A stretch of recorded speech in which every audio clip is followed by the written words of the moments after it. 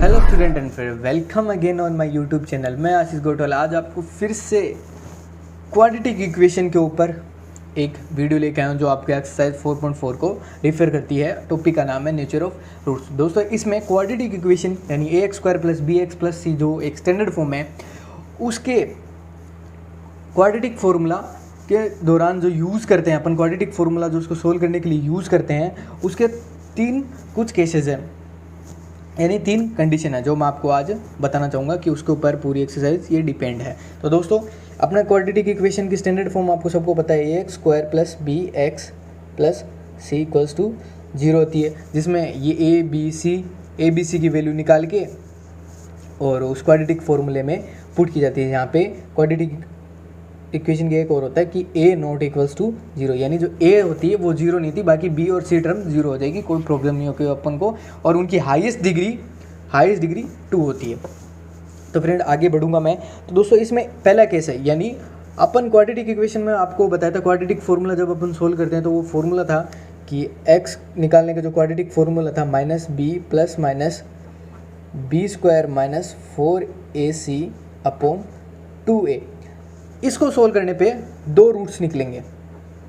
दो रूट्स निकलते थे जो x को बताते थे कि x की वैल्यू एक तो प्लस में आएगी या नेगेटिव में आएगी। वैल्यूज होगी जो x की वैल्यूज होगी वो एक पॉजिटिव आएगी और नेगेटिव आएगी। अब ये डिपेंड करता था कि अपने केस स्टडी किया था कि केस फर्स्ट मैं लेके चलूँगा जो अपने पहले भी स्टडी कर चुका है कि b² - 4ac। दोस्तों हाँ, पिछली वीडियो में अपन ने इसका डिस्कस किया था कि b² - 4ac अगर ग्रेटर देन 0 है, अगर ग्रेटर देन है तो इसके टू रियल रूट्स निकलेंगे,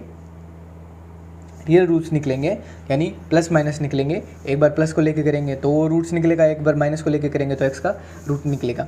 ये केस फर्स्ट था। दूसरा केस सेकंड भी बिल्कुल सेम है, बस इसमें b² - 4ac अगर इक्वल्स टू 0 आ जाए, यानी b की वैल्यू रखने पे, a की वैल्यू रखने पे, c पे v की रखने पे इक्वल्स टू 0 आ जाए तो क्या होगा, दोनों इक्वल, यानी जो दो रूट्स निकलेंगे x के जो दो रूट्स आएंगे वो टू रूट्स इक्वल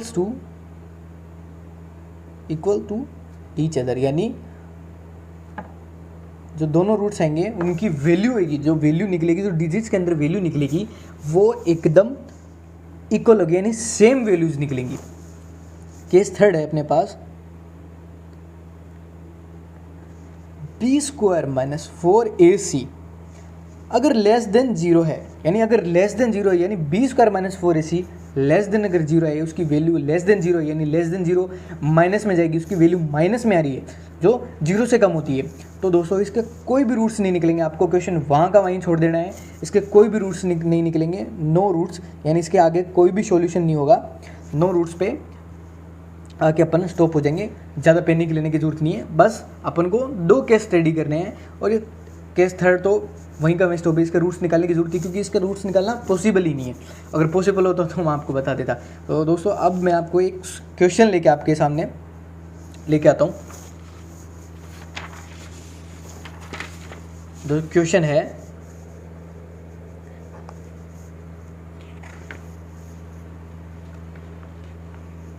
है कि 2x² - 3x + 5।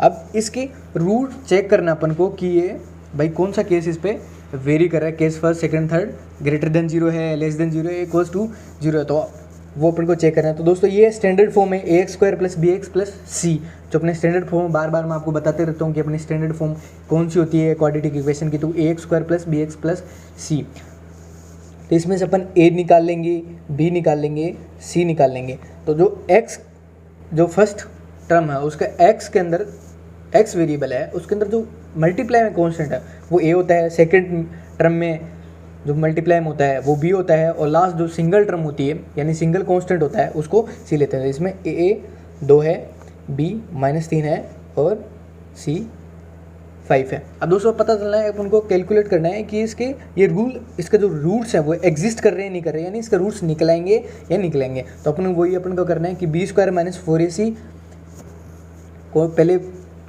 ट्राई करना है कि b² - 4ac से लेस देन आ रहा है, ग्रेटर देन आ रहा है, यार जो भी आ रहा है। तो दोस्तों इधर फॉर्मूला लिख लूँगा मैं, b² माइनस 4ac।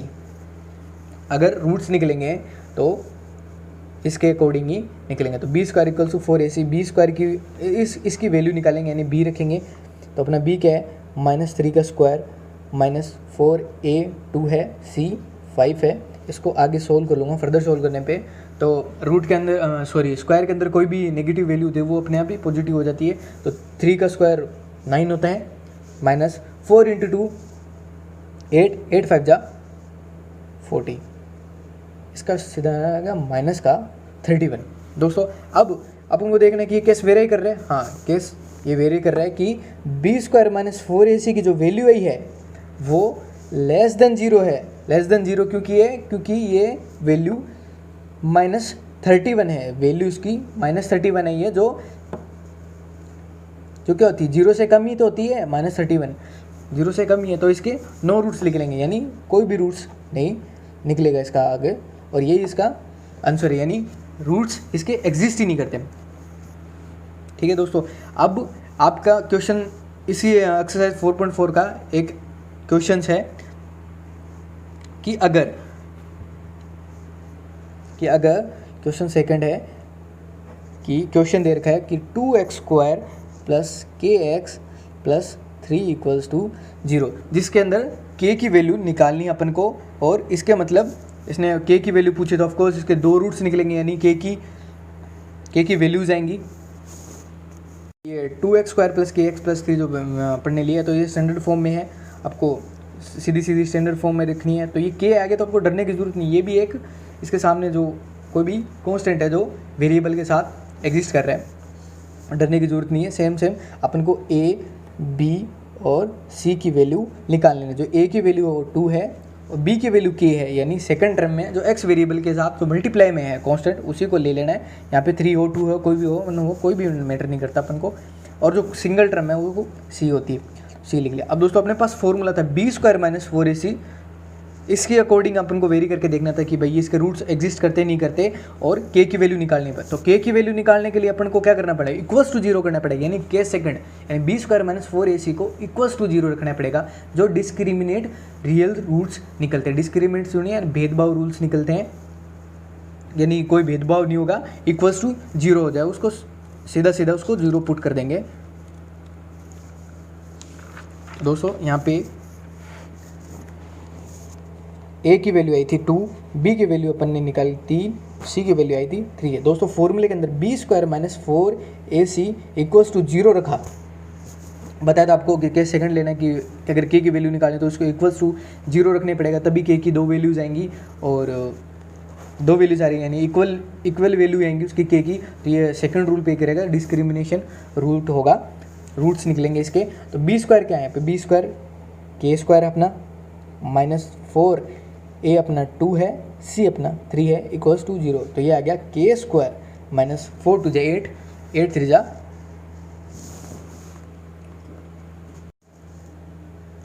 जा 24, k² इक्वल्स -24 इक्वल्स टू 0। अब ये नेगेटिव वैल्यू है, उसको उधर 0 की उस साइड भेजूंगा, राइट हैंड साइड भेजूंगा, तो ये नेगेटिव से पॉजिटिव हो जाएगी 24। और अब ऊपर रूट में है तो डरने की बिल्कुल ज़रूरत नहीं है। तो k इक्वल्स टू √24, तो ये प्लस माइनस आएगी, प्लस माइनस की वैल्यू होगी। तो k की वैल्यू एक बार प्लस √24 और एक बार वैल्यू आएगी माइनस का 24। दोस्तों ये क्वेश्चन है। और अब आपको मैं आपको एक थ्योरी का क्वेश्चन बताऊंगा जो आपकी एक्सरसाइज 4.4 में एग्जिस्ट है, उसको आपको मैं बताऊंगा। Is it possible to design a rectangular mango grove whose length is twice its breadth and the area is 800 metre square? If so find its length and breadth. दोस्तों एक क्वेश्चन दिया जो आपका एनसीईआरटी एक्सरसाइज 4.4 का है question है। और अगर आपको क्वेश्चन नहीं दिख रहा हो तो मैं स्क्रीन पे आपको क्वेश्चन डाल दूंगा, टेंशन लेने की जरूरत नहीं है आपको जब तक।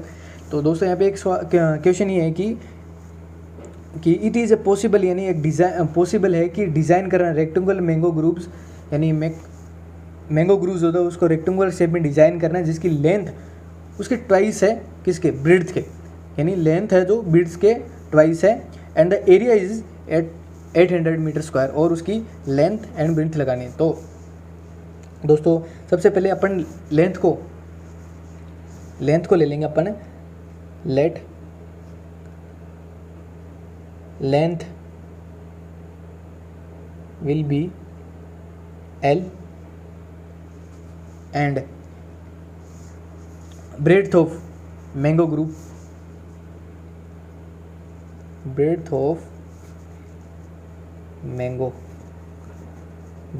उसको जो ट्वाइस है यानी लेंथ के ट्वाइस है तो उसको 2L ले लूँगा। अब दोस्तों आपको पता होगा कि रेक्टेंगल का एरिया क्या होता है, लेंथ इंटू ब्रेड्थ होता है। तो दोस्तों एरिया ऑफ रेक्टेंगुलर